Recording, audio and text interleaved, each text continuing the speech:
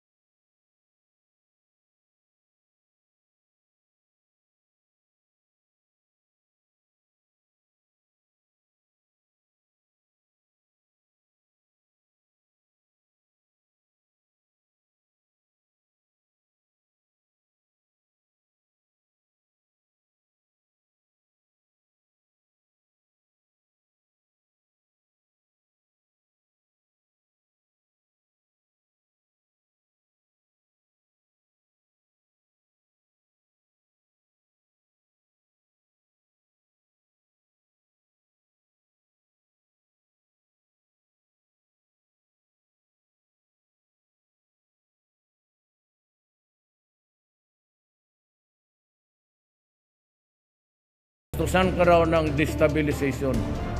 Ako di, mas mabuti mag-contribute siya doon.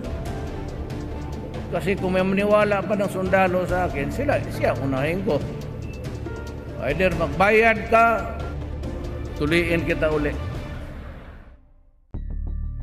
Dahil na rin sa tapang at seryosong pagpapatupad ng batas ng Pangulo, tumalima ang PAL at binayaran ng 6 na bilyong pisong utang ang pamahalaan na mula pa taong 1976 hanggang July 2017.